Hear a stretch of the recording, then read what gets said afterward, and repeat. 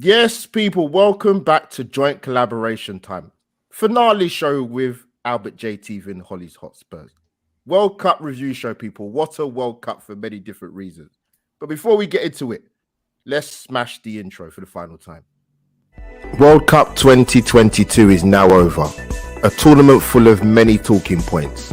Quarter-final defeat for the Three Lions. A first World Cup final hat-trick since 1966. Hashtag killing Mbappe. A World Cup legacy is finally complete. Lionel Messi, you are a legend. Albert JTV meets Hollie's Hotspurs. World Cup review show. I grew up in a place where they told you what to chase, told you how to run the race. Every move was on the page, but I didn't like. And there you have it, people. Surround intro into the World Cup review show.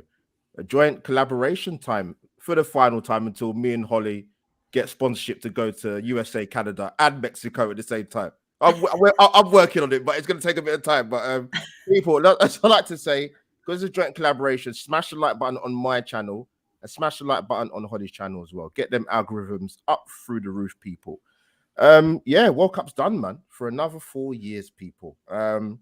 What a final. Jesus Christ. I'm going to keep it clean. Wow. Not seen a better World Cup final. I haven't, to be honest, since I've been alive anyway, but amazing. We got two amazing guests to dissect the tournament and obviously the final that lit up from 2-1 onwards. But yeah, first and foremost, Hollie, how are you? I'm all right. I'm good. I'm just recovering, obviously from that game. It was a madness. It had it all. But we're good. We're getting there. Like I say, it's been a long little journey. It's been a weird journey having it, obviously, the World Cup halfway through the season. But it's been nice, Albert, to obviously get on during that time and not argue at each other. And usually this time of the year, any time of the year with you, Hollie, I'll just throttle you anyway, but I can't. but virtually I'd have to do it because we've actually not technically met yet. But we're working on it. We're working on it. Let's introduce our amazing guests. One you might recognize, but I'm going to save him until last because he's a top guy. But debutant to this collaboration World Cup finale show, Connor. It's a pleasure. Thank you for coming on. How are you? Thanks for having me on. Yeah, no, I'm good. Similar to what Hollie said, yesterday was insane. I think we're all sort of recovering still. It was you're saying in terms of it being like one of the best World Cup final. Is there ever going to be a World Cup final that can top that? It was insane. Everything. No, Connor, like pleasure to get you on, man. Like I said, we're going to dissect the tournament. We're going to have a little bit of England talk as well, of course. And obviously the World Cup in general and the highlights and the rest of it. Big up to the people in the chat already. Flipping hell. If you haven't smashed the like button already, obliterate it now. But last but not least, JJS, is it SZN, is that right? Yeah, we'll just go with that. That's not right though, is it? Just be honest. No, it's not right. No, it's season. It's season, man. Play Call of Duty enough, you'll get on it. All right. Jay, it's a pleasure to get to have you on again, man. How you been, man? Yeah, not bad. Really, really, really, really enjoyed that game from 80 minutes onwards. It was definitely one of the best finals ever, and that is amazing. It capped off a World Cup which on the field has been absolutely incredible the whole tournament. So yeah, perfect ending to a perfect tournament for many reasons, which I'm sure we'll talk about. But yeah, I'm good.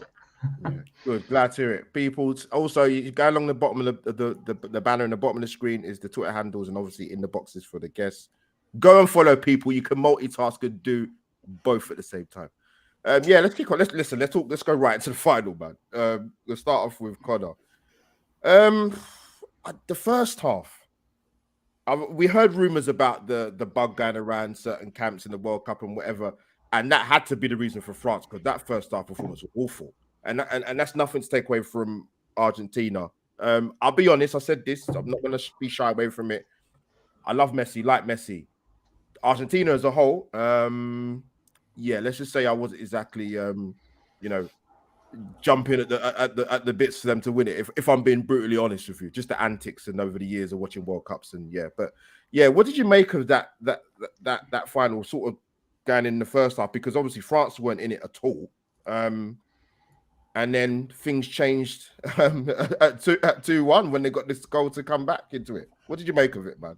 Any sense at all? Yeah, I'm with you. It was weird because when Argentina went 2-0 up, you thought, wow, they're running away with this. But Yeah. at the same time, how are France this bad? And that's no disrespect to Argentina. The second goal was amazing, was beautiful, was unreal. That's a proper football goal. But in general, they were poor. You know, it took Mbappe to completely flip the game on its head.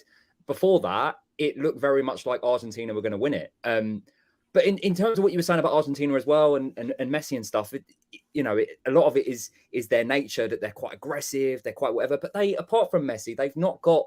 Maybe I'm wrong. They've not got a crazy amount of superstars. Yes, obviously Messi, Di Maria, 100%. But across the squad, there are a lot of players in that team who wouldn't be.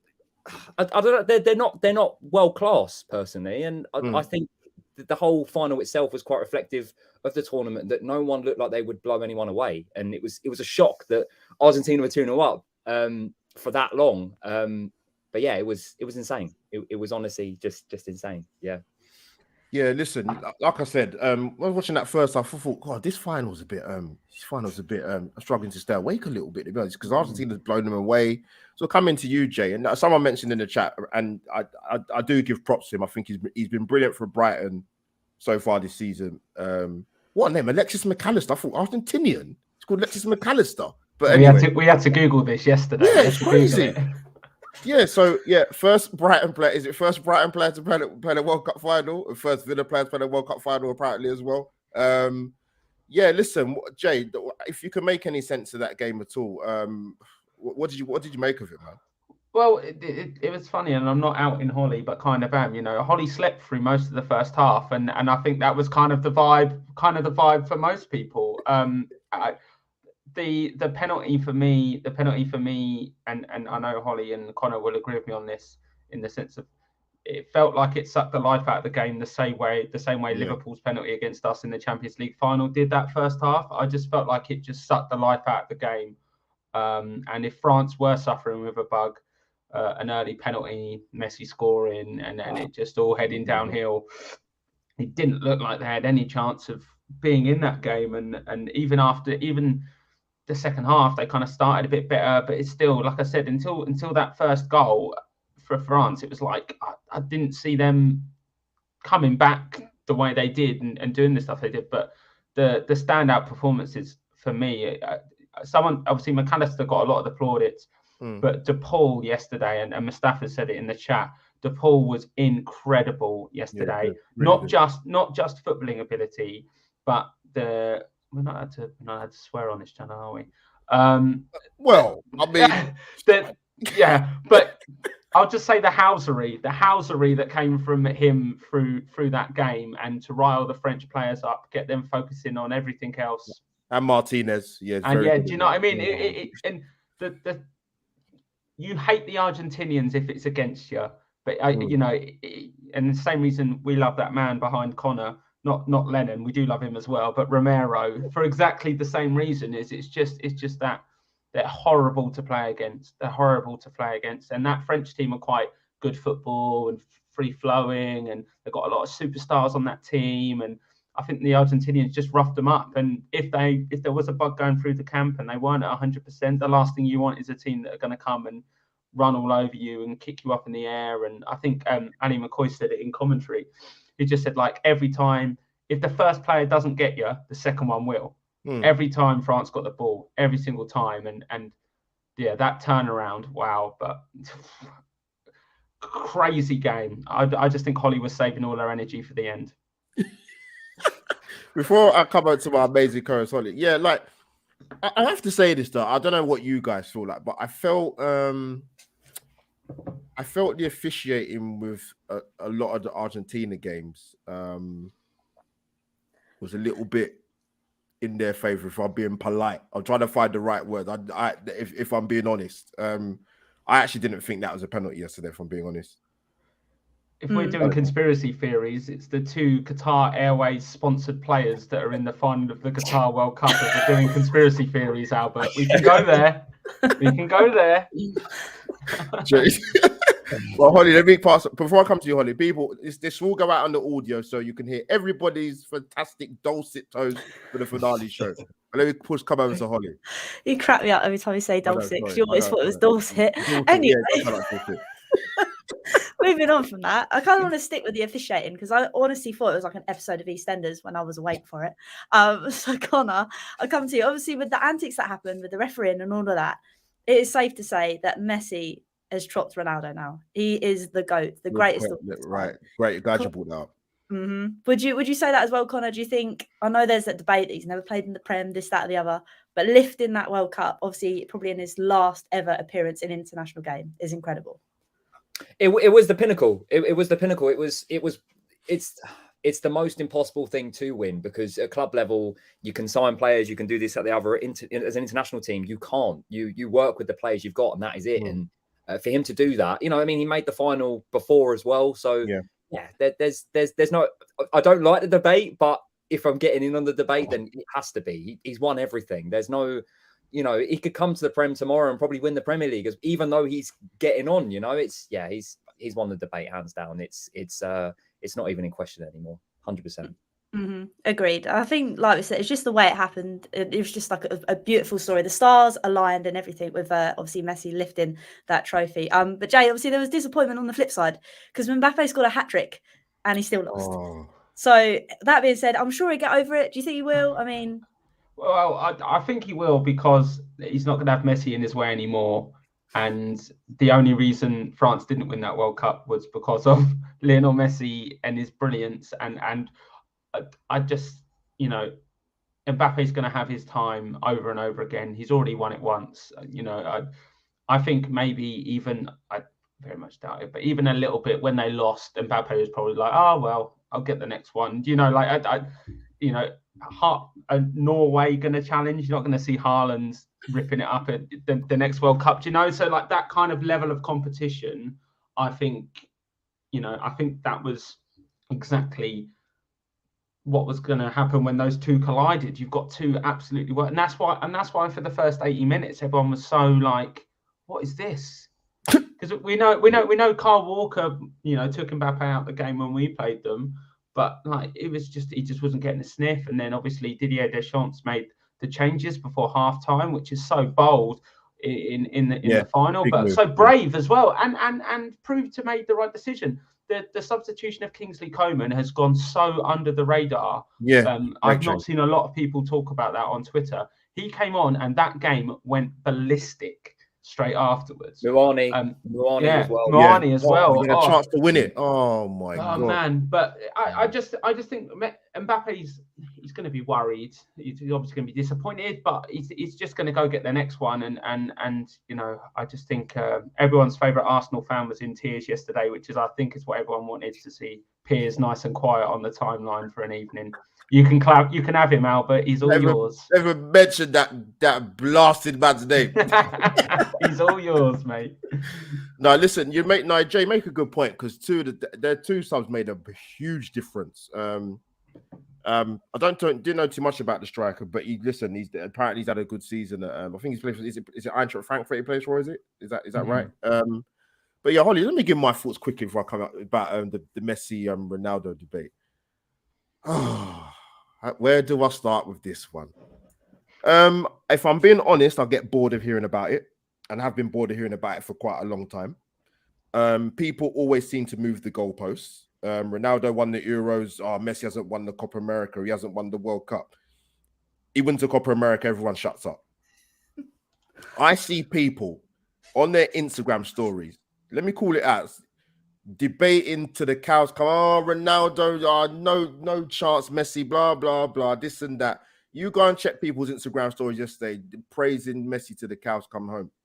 I'm thinking you was dead against this guy a couple of years ago, saying he's not won anything for Argentina. He doesn't play that well for Argentina. He's not carried the nations. Hopes very, very well.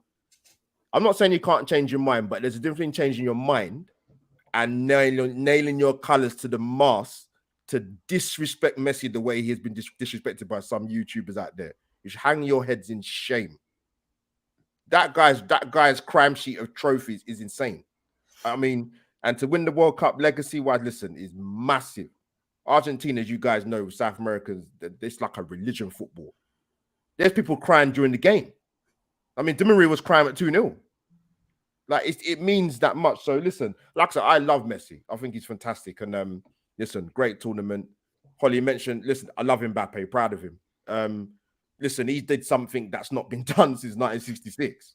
None of us are alive to see that. I mean, so to score a hat-trick in the World Cup final, listen, I don't care how old you are, that's a bloody good achievement. 8 goals in the tournament. Madness. Got more than Messi. Messi won the World Cup. So listen, fantastic, man. So many things you could talk about. That game is incredible. And you know what? I thought France, when they got it to 2-2, said they got to win this in 90 minutes. It's there for them. It's the Argentina all over the place. It's there for them. But listen, what a great game of football. But coming to you guys, like with the final and just generally about the tournament, obviously you guys probably had your picks who was going to win it. Did that sort of change throughout the course of the tournament when you got to sort of the last 16, last state? Coming to you, Jay, or did you go for Argentina in the beginning?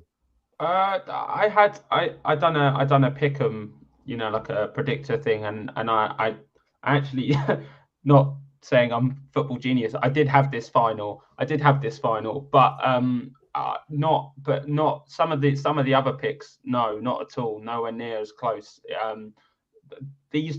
The Saudi Arabia game, flash in the pan, first game of the group. You know, it's all up in the air. And then someone said that Spain lost their first game at the World Cup when they won it. So, you know, it was kind of like everyone kind of was jumping on it. And obviously a lot of the CR7 crew were obviously very excited to see that. But yeah, France, Argentina, I said, I think France beat Argentina not in the final. I think if they played each other earlier on in the tournament, I've always said, I know we lost to France, but if it wasn't us and France on the same side of the draw, I think it would have been a France-England final.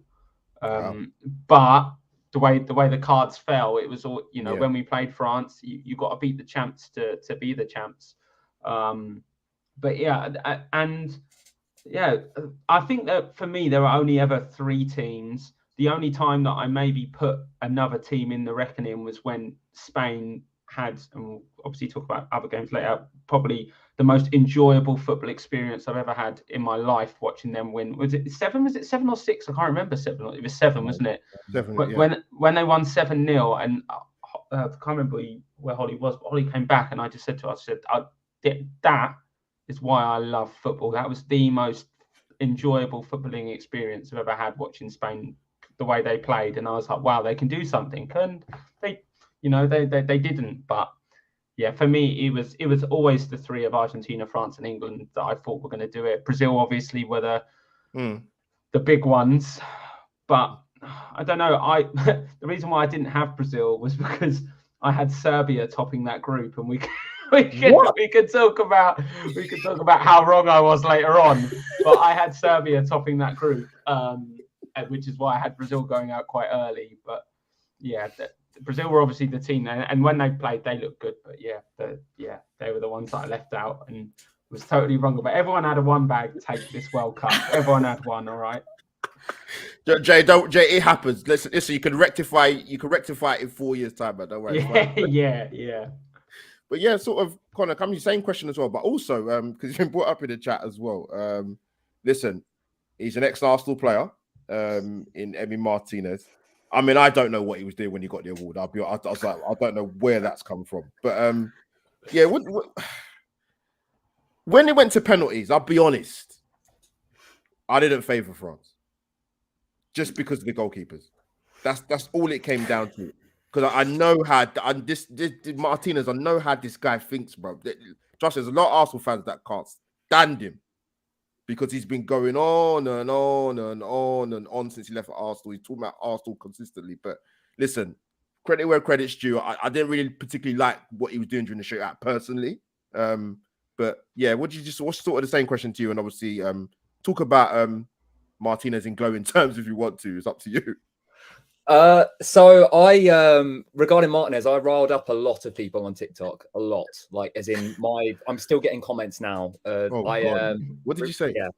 So we'll go to Martinez, then I'll go back to the thing. So with Martinez, for me, I personally think he's the most arrogant goalkeeper in football, right? And this, for me, this stretches back to the Netherlands game. Okay, so Yes. I remember watching that, and he's very unreal on penalties. You cannot fault him for that. Yeah. And he's a very good shot stopper. He's a good goalkeeper. You know, there's the whole debate of whether Arsenal should have kept him, brought in Ramsdale. All that we can talk about that another time. But for me, he's very arrogant. He saved the 2 penalties against the Netherlands, celebrating like he's won it, and then didn't save another penalty. And obviously they went through, which is fine. And if you're going to celebrate and be arrogant about it, then it doesn't matter because you've gone through and that's fine. But in the final, it was like a new level. It was kick the ball away. It was rile up the crowd. And you love that. You want that in football. But for me, very good goalkeeper, but the arrogance is just, you know, is another level. But again, he's backed it up. He's gone and won it. So you can't fault that. If he'd done all that and he hadn't won the World Cup, then we'd all be sitting here saying, "Oh, bloody hell, he's not helped himself there at all, is he?" Do you know what I mean? But because they've won it, you can sit there and go, "Yeah, okay." But I rolled up a lot of people by saying he's the most arrogant goalkeeper in football. Very good, but just yeah. But yeah, you've got to admire him. You've got to admire him for you know, saving Argentina as well. Like you say, with the big save. Big save. Yeah. If he doesn't save that, it's game over. So yeah, it's the arrogance works with him. So maybe it's unfair of me to pick him out. And you want that passion as well.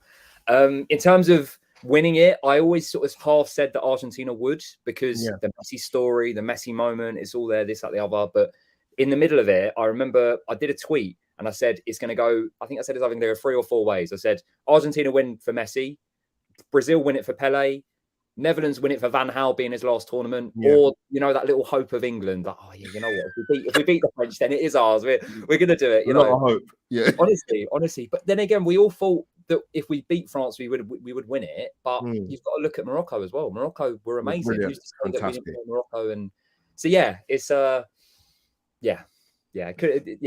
Argentina was sort of always there, but it's mental they've done it, honestly. Connor, it's all right, because I was using stronger words about Martinez during the game. If I'm being honest with you. So, and listen, he's an ex-Arsenal player. So there you go. Well, yeah, just you sometimes but to be fair, Argentina. If I listen, as I say to Hollie, I'm 21 plus VAT. So I've seen a lot of Argentinian, South Americans. What do they call it? The dark arts. Listen, I think it's a dark, very dark arts. Is what I saw in the World Cup this time. But listen, it's what they do, man. It's what they do, and they've got an amazing player who can be a match winner in Messi. And he said he's not retiring anytime soon, so we'll see. But Hollie, coming to you, Hollie, you kick off with another question for the amazing panel.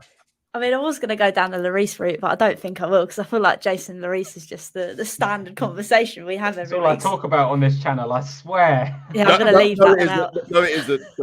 I'm going to leave that one out. I think I'm going to move away, obviously, from the final, because it was great. It was amazing. But obviously, I want to talk about, obviously, the England side of things. We've touched on it slightly, but Jay, I'll come to you first. Obviously, the news has come out that Southgate is obviously going to stay with us till 2024. I won't get into my thoughts right now. I'll let you guys speak first. But Jay, are you excited for the Euros with Southgate being at the helm? Or do you think the thing that's coming out that people are saying is probably a bit too negative? What's your kind of stance?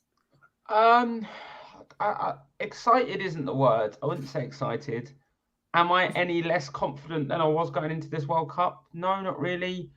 It's the same group of players, just 2 years older for me. I don't see, obviously, there's a lot of opportunity for 2 years for a breakout star, but I think it's going to be a very similar squad, minus 1 or 2 for the next Euros. And does that squad have the ability to win it? Yes. Did that squad have the ability to win the World Cup? Yes. And obviously, going off what the media outlet has said, the players have had a massive hand in keeping Southgate in the position. So for me, I'd rather not rock the boat. If it's going to, you know, I reckon we could do the Euros. I think it's a safe choice. The FA have always been safe. I think Albert said this on the last show. That the FA will always go with the very safe option. And I just think it's definitely not Harry Kane's last tournament, Ravi. No. But I just think it's definitely a safe choice. And am I still going to get excited when it comes around? Yeah. Am I excited now? No. But with the group of players we have and the bond that they have with him, you know, Saka's going to be 2 years older, Foden's going to be 2 years older. You know, there's going to be a lot of players in that squad that are going to be a lot more mature. You know, Saka will be at Real Madrid or somewhere by then. And you know, it'll just be a much more mature side, which maybe will be what we need. But yeah, I'm not excited by it. But do I think it's the wrong decision?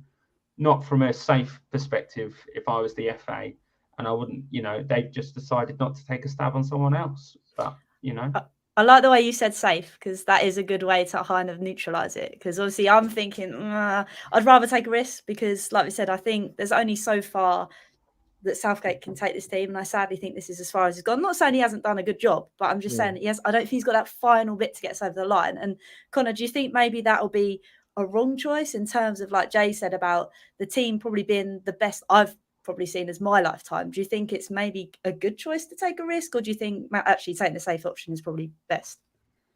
I'm very passionate about this, and I might get a bit of stick. I Go think on, Connor. Southgate staying was the best possible option for us personally, because I think he knows this group of players very well. Like Jay said, you know, a lot of them are the same. They're going to be a little bit older, and he gives players chances. They love him. You know, someone like Maguire is very good in England shirt. He always sticks by him, and I've got a lot of respect for that. And I personally think there was the whole rumours going around of, oh, we'll have Poch, oh, we'll have Tuchel, we'll have whatever. First of all, might not be realistic. Second of all, I'm of the belief now, when looking back at us having had managers like Sven and Capello, that the England manager should be English purely and solely for the reason that when you're on the international stage, someone like Poch comes up against Argentina. He loves Argentina. He's always putting stuff out about Argentina, and that's good. You be proud of where you're from. But if you're England manager, you come up against Argentina, there's that little bit of sort of where the loyalties lie, you know? So for me, it's Southgate was the best current option, because Eddie Howe, loving life at Newcastle, Graham Potter just joined Chelsea, might not last too long knowing how Chelsea are, but at the same time, you can't sit around and wait. So yeah, so for me, Southgate, best option, 100%. The group of players are going to be stronger. I didn't. We you know, we do that thing before every tournament with this, and we were all like, oh, you know, no, it's not going to happen. It's not going to happen. And then the tournament starts, you're like, it's coming home. It's definitely coming home. After the Iran game, it was like, oh, come on, you know, it's going to happen. But yeah, I think it was the best choice personally, and I think we got a great chance in Germany. I don't think Germany are any good with Flick, and I think that as the hosts, they're going to be one of the favourites. So yeah, I think if we do well in Germany 2 years' time, then, well, not even 2 years' time. No, just about 18 months. 18 months. Yeah, if we do well in 18 months, then go to America. Why can't we win it? Well, America, Mexico, Canada. All of them. All of them. I can't be specific. Yeah, no. Yeah, honestly, I'm excited. I'm excited, and as Jay said as well, there's a lot of players that can. Well, there might not be many more players that come through, but we've got so many players that come through that there's a lot to be excited about, I think. But maybe I'm delusional. Maybe I've been caught up in all of this. I've been collecting a lot of England stuff, so maybe it's just got to me, and now I'm just too excited. You know, I don't know. But that's fair enough. I mean, I'm still not convinced, but again, I can kind of see why people are kind of thinking that way in terms of, I think I'm just deflated. I think being a Spurs fan and being an England fan, you're just like, I just want to win a trophy. I'm fed up now. I'm bored. I'm getting impatient. But no, I think probably on that kind of things, you're probably both right. But Albert, I'll come to you. You're going to put a spanner in the works. Are you on the same kind of front as Jay and Connor, or are you thinking totally different? Right. Let's dissect this segment about Southgate. So it's interesting. Connor mentioned about the England man had to be English, because Sam Wallace from the Telegraph tweeted about this, and there's he got a lot of interaction on there when he mentioned that. And I said at the time, I said, there's only two viable English candidates. Don't even put Gerrard in the conversation. Don't even think about putting Lampard in the conversation. There's only two. Connor's mentioned it. It's either Eddie Howe or Graham Potter. They should, unless an England coach or manager comes out of nowhere in the next 2 years, one of those two should get the job next. 100%. Listen, I mentioned this before, Hollie. We've had England managers, we've had foreign managers. We still can't seem to beat the top teams when it comes to the crunch. It's a mental block. It's not just a Southgate thing. It's all England managers. I don't know what it is. I don't know what it's going to take. But with the Southgate, the way he was talking in the press conferences after the defeat, and we hear he was conflicted about potentially staying on. If that's true, then he should have walked. Listen, all this, to me, it should have come out a lot sooner. Whether you're for Southgate or not, you can't have a manager deciding, oh, you know what, I'm going to decide whether I'm going to... Are you crazy? Like, there's top world-class managers that, listen, they know they haven't done what they're supposed to do for their national side. Gone. Enrique, top class. Fernando Santos, been around for time. A winner, by the way. Won a tournament with Portugal. Gone. So I was like, well, no, the FA, if you've got any cojones about you, you ring him or you tell him to come in the office first thing in the Monday. What are you going to do? Yes. But the problem was, Hollie, they'd already given him the contract to the Euros anyway. That for me was an issue.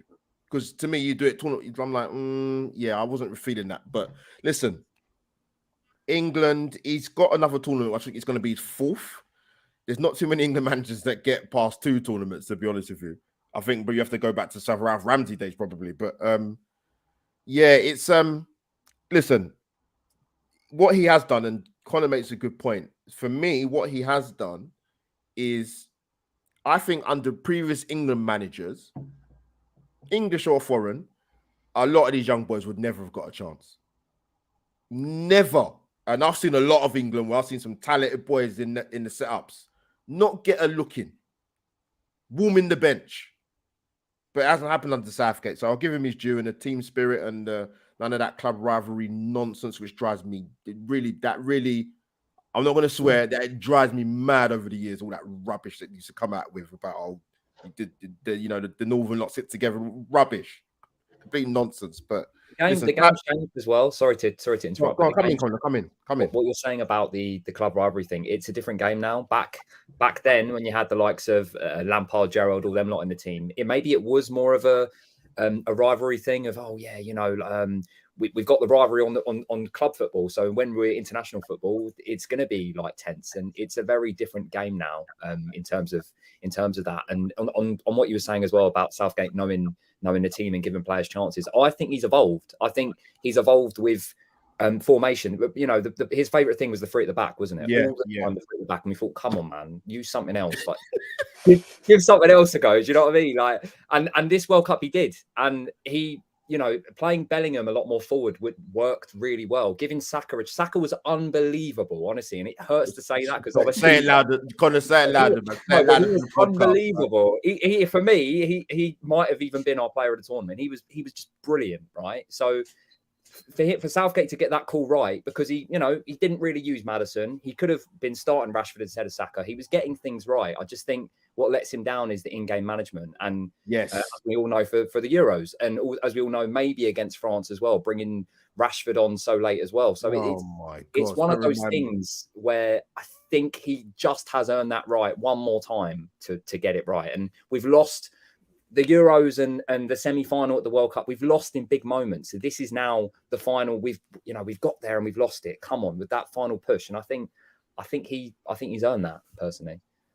No, Connor, well said. Coming to my amazing co-host Hollie, before we ask some more questions generally about the tournament, but with Southgate, right? He's like I said, he's got a 4th tournament. Not many England managers get that, to be honest with you.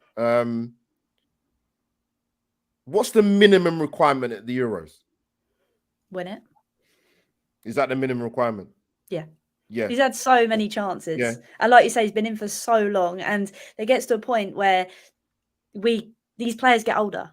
They're not getting younger. You don't want another Belgium. The longer you leave it. You don't want another Belgium. Yeah. Exactly. And while we've got this talent at this age, we have to be winning that Euros. And I think that is the minimum. He has to win it. If he wins and if we get to the final and lose, does he carry on? Or does he go for you? No, he has to go, man. I'll personally get rid of him. Hollie, very forthright. Yeah, no, Someone Hollie, you clip know this what? for later when she's in jail. No, Hollie, you're This is right. the evidence.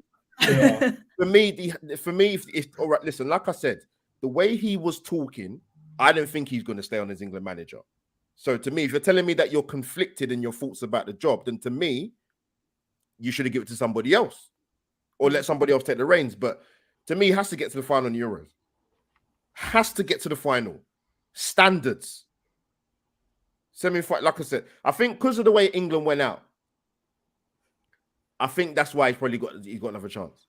If they'd have gone out in a whimper and played terrible against France, then listen, I would have driven or got a plane to Qatar, whatever how long it would take me. I'd have said, look, you got to go. You have to go. You can't stay. I'm sorry, but yeah, man. Listen, he's here for another. He's here for another tournament. So whether people like it or not, and listen, we're going to get more youngsters coming through as well. So that's a positive. And if anybody's going to give them a chance, it will be Gareth Southgate. Whether they actually get game time is another thing. Ask James Maddison and Jack Grealish. But listen, that's not our whole topic. But is it my time to chuck in a question? Go for Of course it is. Yes. So yeah, for you guys, like I'm gonna come to Connor first. Actually, I won't say a standout player, but there are probably quite a few in the tournament that really surprised you. Who's the ones that stood out for you, whether it be England or outside the England national team? I think a lot of people have said it, and I know we were linked with him a little while ago. Amrabat for Morocco was brilliant, superb, unreal. Absolutely unreal, honestly, in the middle of the park. And it's frustrating now with all the rumours coming out that we're being linked with him again, but Liverpool are as well. And it's like, Liverpool, yeah. Let's just be real. So yeah, he was honestly unreal. I'll tell you what though, and this was just the final. I was very impressed with Camavinga at left back yesterday. Yeah, very impressed. Honestly, he was. And he's not a left back in general, you know, it's not his usual position. And yeah, there were loads of different players, but Amrabat's got to be the one that without a doubt was brilliant. No, Connor, great shot. Listen, I think this is the thing. I said this to Hollie. I don't know if you heard me say it, Jay and Connor. Like, I saw a lot of Arsenal fans, right? Like, moaning, whinging on. I'm like, look, the Premier League's coming back, for goodness sake. Stop moaning. It's the flipping World Cup. Like, you see, you get to see 4 games a day, 3 games a day in some cases. Well, like I said, I hope people pay TV license. You've seen the likes of Brazil. You're seeing Argentina. You're seeing some of England's. Like, you're seeing you're watching the sport that you love. Listen, Arsenal's coming back. Tottenham's coming back. United's coming back. Stop crying and moaning. It's a World Cup, for goodness sake. So I like to see talent. So, like you mentioned, Amrabat was brilliant. I thought Hakimi at right back. He's not an unknown quantity, but wow, what a player, man! Superb. And Hollie, I'm not going to steal your one because you listen. Like I said, it can be England as well. So I'm going to come to you, Hollie. I'm going to come to you. But I'm not going to steal it. But other players as well. Oh God, let me see. Oh God, off the top of my head, I said Morocco was, to me, in terms of a team. Let me just talk about a team. It's interesting with them because, going back to Russia, I thought they was the best equipped African team to actually do well. None of the teams did really well in the last World Cup, to be honest with you. But this time round, wow. I mean, defensively, they were excellent. They played some great football. They looked very, very dangerous. Like you mentioned, Amrabat and Roman Soyes for Wolves was brilliant. I was like, wow. Like, some people, when they play for their country, wow, I mean, the left that they're like 10 feet tall, man. It's incredible. But let me not steal any more players, but let me come to Jay. Jay, hit me with some names, man. Come on, who stood out for you? Well, I don't want to bring up another Morocco player, but I'm just going to have to, really. I just feel like we could just do a segment on Morocco. I think Bono was incredible. Goalkeeper, yeah, brilliant. Goalkeeper, yeah. Hollie's favourite Ultimate Team goalkeeper. She calls him Banunu. Oh, every pack, mate. Every single pack. Every pack, mate. Every single pack. You want 83 times 25, you know you're getting it. Yeah, Bono was incredible. I think what Albert said about them being equipped, I think Morocco did what a lot of teams need to do to be successful and focus on their strengths, not on trying to beat teams. And Morocco was so pragmatic throughout the tournament, so pragmatic. They were hard to beat. Look at Croatia. Croatia exactly the same. That Croatia squad were incredible. Again, that's 2 back-to-back tournaments. And you can have that one, Connor, in a sec.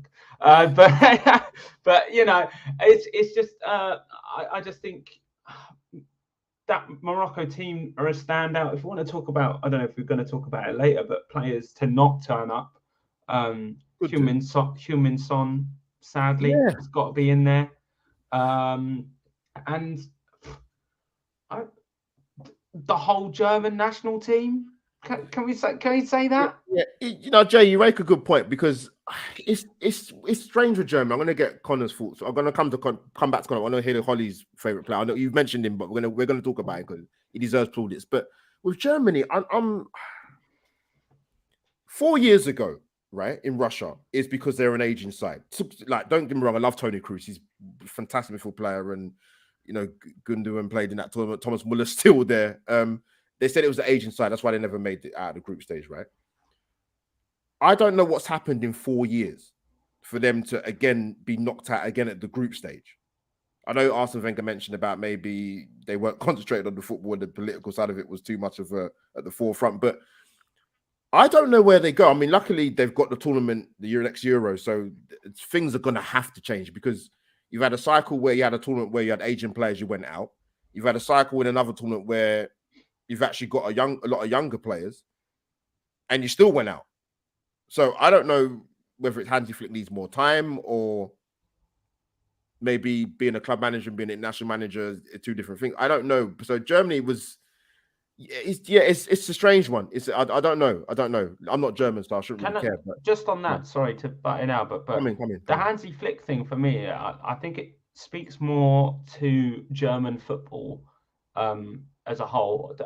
Outside the Premier League, the Bundesliga is my favorite league in the world to watch, as long as Bayern Munich aren't playing. That league is so competitive and so good. And everyone says, oh, Dortmund and all of this, but really there's only one team in that league. And one team, the one team in that league takes all of the players from all of the teams that are good. And that doesn't breed competition in a nation. If you look at, and I think that's the thing, that Lewandowski leaving that league, and now it just seems like when Lewandowski went, it was like, right, cool, you know, maybe Bayern Munich are going to fall back in, and then it's going to be more, and it's just, you know, you see teams like Freiburg and that do well for a little bit, but then yep, Bayern Munich are going to win the league again somehow, because they're going to buy all of Freiburg's players. Like I'll tell you this now, January transfer window, Füllkrug will be a Bayern Munich player by the end of it. You know, it's just how that league works, and I think that shows the German efficientness actually coming back to bite them. But Bayern Munich going, we want to be the best team. To be the best team, you need the best players. So we poke all of the players from all of the teams, and then there's no competitiveness in that in there. So I just think that's where they've, I don't know, that we said arrogance earlier, but I just think the Germans think they're good because they're German, and it's like, no, you need to earn your place now. You need to earn that respect again. You know, the greats like Miroslav Klose, Oliver Kahn, players like that, Philipp Lahm, they don't play anymore. This German team need to stamp a legacy. Yeah. No, it's a good point. It's a good point, Jay, because I heard you heard a lot of stuff as a fallout after tournament. Bierhoff resigns as team director. Apparently, Hansi Flick's been favouring the Bayern Munich players, and like I've never heard that in a German camp before. No unrest.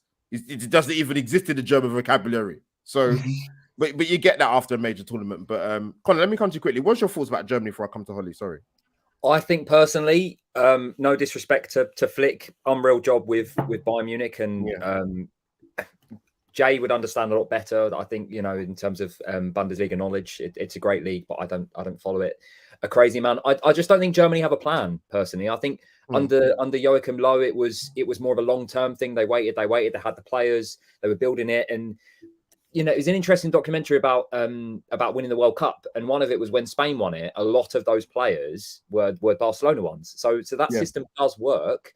But the problem is they just don't look like they have a plan. It looks very much like we'll throw some Bayern Munich players together. We'll have Kai Havertz up top, who isn't really doing it for Chelsea, although to be fair, he probably was one of their better players this World Cup, and hope for the best. And it's not efficient, and it's very ironic it's not efficient because the Germans are the most efficient, you know. So it's it's crazy. It's crazy. There is no current plan. So I was surprised they said they'd stick with him. I thought if they're going to try and win the Euros, you've got to look beyond him. You've got to see, yes, he was very good at Bayern Munich, but Germany haven't looked great at all under Flick personally. So I would have moved beyond him personally. I would have looked for something else. So yeah, he's got 2 years to change things around, but bear in mind they're not qualifying. They haven't got to go through qualifying, so they're going to miss a lot of competitive games. They're going to miss that edge, so it might not do them any favors, you know. Yeah, Connor, you make a good point because I'm even going back to the Nations League game, England Germany. They were not on, as well as England not playing well. They weren't on a good run in terms of like they're not won in quite a few games, to be honest. I think it was like 6 or 7. I was like, wow, I didn't realize it's that bad with Germany. But Hollie, coming to you belatedly, because obviously you would have a favorite player that you saw. It does have to can be English or outside English, but I know who you're going to pick. But just you talk about him because he was brilliant. I don't know. It'd have to be two. Obviously, Jay's mentioned. I can't say his name properly, so I'm just going to go Benunu. What I call him on FIFA. He's incredible in goal. I love him, man. And like I say, everybody packs him, so that just says something. But also, I think Jude Bellingham. He was just insane, incredible. Like for the young age that he is, the fact that he obviously when Harry Kane missed his penalty, he was the first person to run over to him and console him. That just shows everything about him and his maturity level at that age. And he was just talented all over the pitch. And I know we talked about Saka and he was great for England as well, but I think Jude was topping it, to be honest, just because obviously he's not Arsenal. But yeah, no, Jude was incredible. That's not a good reason, Hollie. That's ridiculous. Club football's back, Albert. Club football is back. That's unbelievably petty. If you was in the chat and you said that, I would have booted you out. In all seriousness, I just think the way that Jude carried the ball and had no fear about doing it, I think was just incredible. No, and he's 19, and he's literally 19. This guy has such a career ahead of him. It's crazy. You know what it was? I said this about Jude Bellingham. I think the best way I could describe it, like I don't watch a lot of Bundesliga, but I'd seen a little bit, heard lots about him, and I knew he was good, but I didn't realize he was that good. And that's the biggest compliment I can pay him. He's excellent. I thought Declan Rice in that quarterfinal game against France, I thought it was different class. I thought it was fantastic. And I'll be surprised if he's still at West Ham in the next couple of years, if I'm honest with you. But listen, and obviously being biased, you know, my Nigerian star boy Saka, fantastic, you know, for England, whatever. But yeah, people, big up to people in the chat. Thank you for your amazing interaction. People, if you're watching this live on Twitter as well, retweet and smash the like on YouTube as well, people. But yeah, we're not going to keep you guys long because I'm hungry and tired from work, and as everybody else is as well. But what's the question I was going to ask? That it's not going to go out my head. I was going to say to you, other than obviously the final yesterday, you're probably going to say the answer. But was there any standout games for you in the tournament that you thought, wow, results, games, teams, players, whatever? Coming to Jay first. It wasn't. I've said it before. Obviously, the Spain game for me, the 7-0. I know it sounds like it's a daft game because it wasn't competitive, but just pure. From me watching it, it was like watching poetry. That game was just, it was bliss. Every pass was excellent. Spain, it looked like Spain of, you know, the double Euros World Cup winning team. They just passed the living daylights, and you just saw the souls like empty out of the bodies of the opposition, just like, we can't do any more chasing. Like it was beautiful. It's absolutely, I loved it. I think as well, the biggest thing, and as I'm going to say team and game, was the opening game of the tournament for me, because I don't think we all realised how awful that Qatar team were going to be. Wow. I was gobsmacked. And that first goal that got disallowed, the header, obviously it was offside, you know, but it was just that moment, and we were like, oh my god, they're actually like they're actually gonna like you know, they're threatening the Ecuadorian players. Oh my god, something's happened. Like, what is going on here? But man, they were awful. And I'm not gonna lie, I'm very glad they were. I was dreading them doing well just because of everything that'd gone on. That was, for me, I really enjoyed that game, and just watching how awful they were. And, you know, I reckon my Saturday team would have a good chance. But, you know, but other games, you know, Serbia let me down massively. Yeah, I was disappointed by them. I was disappointed by them.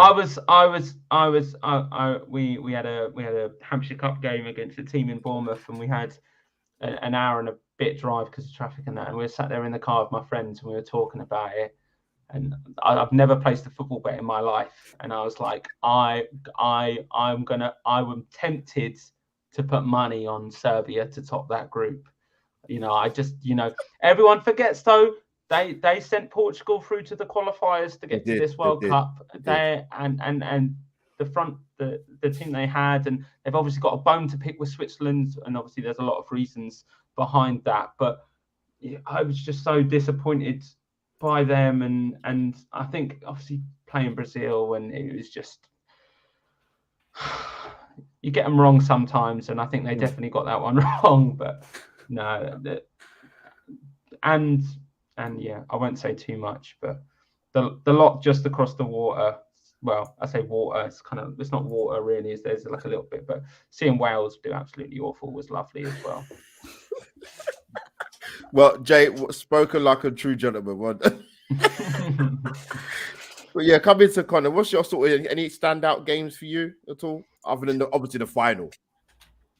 I think not in terms of maybe quality, but I think Croatia, Brazil. I think because so many people were riding on Brazil to do really well. But myself, I was thinking that they would do a lot better than I wasn't expecting Croatia to do this well again. I was like, oh, you know, they're burnt out after the World Cup because they hadn't been crazy good after that World Cup, and I was thinking, that's it, you know. But unreal, just so unreal how they consistently seem to keep doing it. And, you know, Livakovic in goal was incredible. I would love Spurs ahead of Lloris. I'm not going to do any Lloris slander here, but I'm just saying that. And Vardiol, I don't know how to say it. He is incredible. He's probably going to end up at Chelsea, and it's going to really, really, really hurt. But what a player.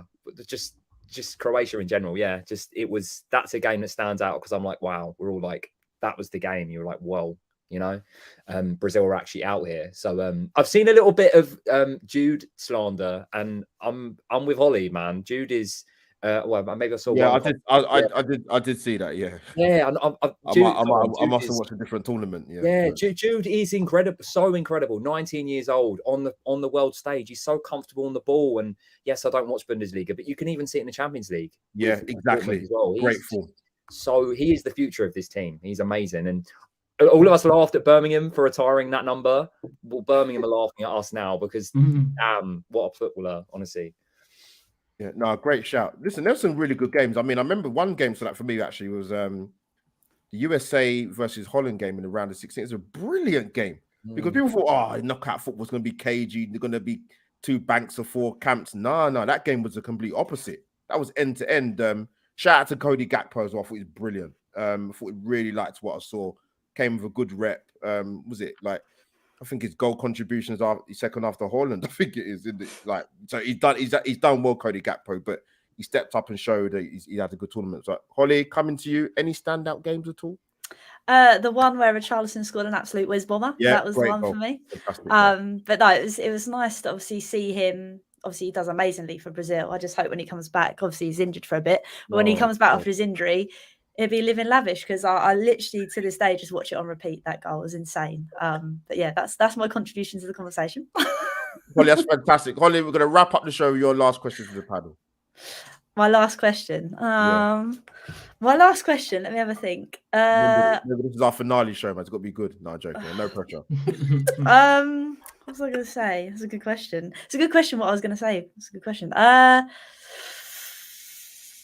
Was it about goal scorers? Yeah, these got. I don't know. I'm not sure what it was about. Probably officiating. That's a good one. Will we see any other officials that played at this World Cup in the next World Cup, Jay? I hope not.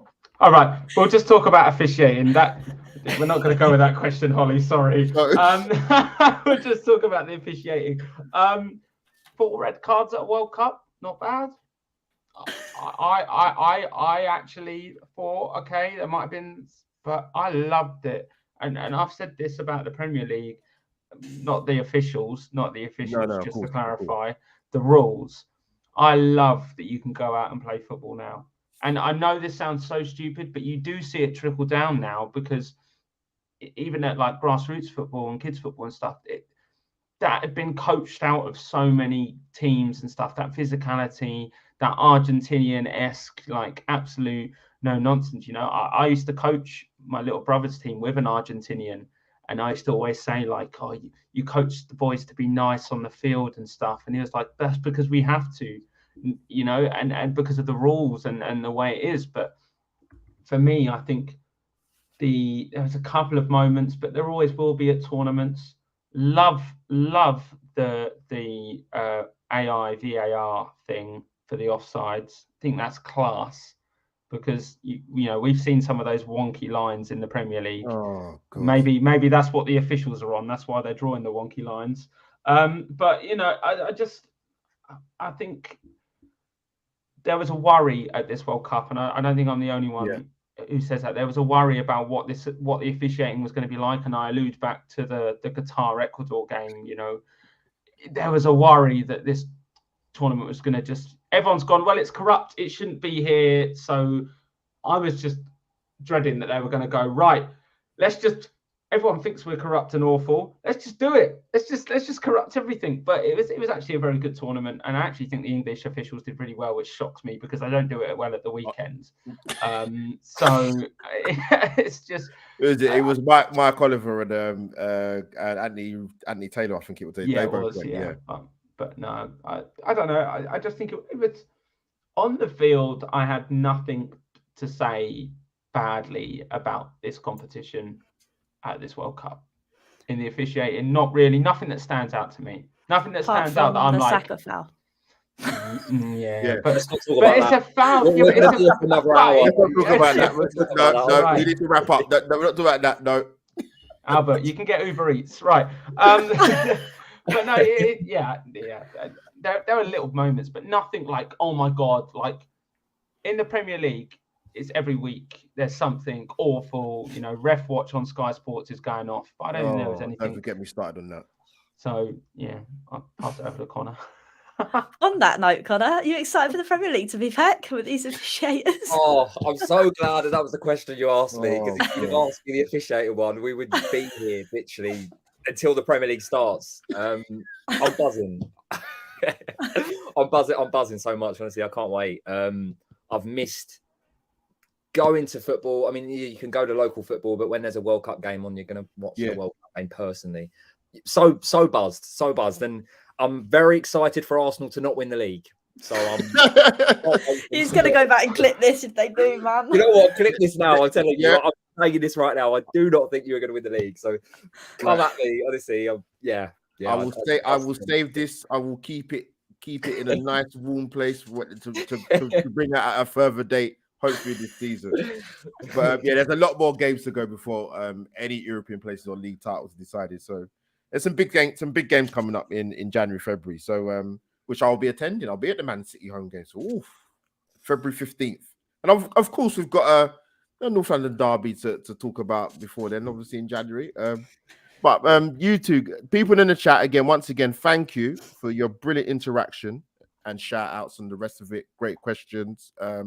Hollie, obviously fantastic as usual. But thank you for our two amazing guests. People, as I said, checking the banner at the bottom of the screen, follow their Twitter handles. Connor, thank you for coming on for the finale show. Tell the people where they can find you, my friend. Thanks for having me on. It's been good. You know, I've never done a show with an Arsenal fan, and it was good. He's all right. He's one of the good ones. You can say he's one of the good ones. I mainly make TikTok videos. It's quite funny. Never said I would, and then I do now. Basically, all football related. If you want to see me slander Martinez and get a lot of hate in the comments, check out my TikTok handle. It's right there. Same on YouTube with a 1 after it, and then on Twitter, I'm CC covering you as well. I tweet way too much about football, so if you've got a limit, don't follow me. But yeah, thanks. It's been a great show. Thanks for having me. Pleasure having you on. Nice to meet you, even though you support the other lot down the road. But I could forgive that for the World Cup finale show. But no, Connor, fantastic. People, as you heard it, go and follow and subscribe to Connor. Thank you. And last but not least, Jay. I won't say your full Twitter handle to say Jay. I'll call you Jay. But Jay, thanks for coming on, which you should have been asked in the first place. But we'll have that conversation, Hollie, off screen. But thank you for coming on. Where can the people find you, man? You can find me on the 3Ts, Twitch, Twitter, and TikTok. And normally, I don't really do podcasts and stuff. It's more content creation, playing like computer games and stuff, and trying to do my best Martin Tyler impression before he got really bad at commentating. But no, yeah, you can find me on Twitter, riling up the Tottenham fan base with my anti-Poch agenda. So yeah, apart from that, you just head over and every stream you have. It's got to be consistent. Got to be consistent. I'm glad he flew all the way to the UK to go on the BBC to audition for a job he's not going to get. So buzzing. Well, Jay, thanks. I'm sure that people will follow you after that fantastic sermon you get. Some of them will. Some of them won't. And last but not least, my fantastic co-host, Hollie Agumba. Hollie, it's been a pleasure to cover this tournament with you. We spoke about it for a long time in the pipeline for a while. I'm sure we'll cover many tournaments, to be honest with you, women's and men's. So, Hollie, it's an absolute pleasure, as always. Love you to pieces. Not as much as Jay, but I love you to pieces anyway. Yeah, Hollie, tell the people, obviously, where can they find Hollie Agumba? Tell them. Just Hollie Agumba. I always say, I thought it'd be simple to keep my name, and then realised my surname's an absolute pain. But anyway, it's fine. Just find me on obviously YouTube and Twitter, really, and that's all I kind of really do. But no, Albert, it's been a great laugh doing this show with you. Obviously, you have better intro skills than I do, and better questions than I do. So thank you very much for taking the lead. It's all right, man. Listen, that's what you call teamwork, man. Even though, listen, like I said, international tournaments, we can part the red and white and red and blue, white and blue, whatever shirts you wear. I can't remember anymore. But we can part that to one side for major tournaments. So when it's not major tournaments, then we hate each other. But it's fine. It's all right. Agreed. Big up to people in the chat. Like I said, obliterate the like button on my channel and Hollie Agumba's channel, and subscribe to both our channels as well as my amazing guests as well. People, the World Cup is over for now. Like I said, me and Hollie will be working on sponsorship to try and get ourselves to Canada, Mexico. And where's the other place again? USA. That's it. For the next World Cup. And obviously Women's Euros. People, stay tuned. Content will be coming soon. The Premier League is back. Enjoy Christmas, people, as I say. Don't spend too much and don't eat too much. And drink a lot. Even if you don't drink alcohol, but drink a lot anyway.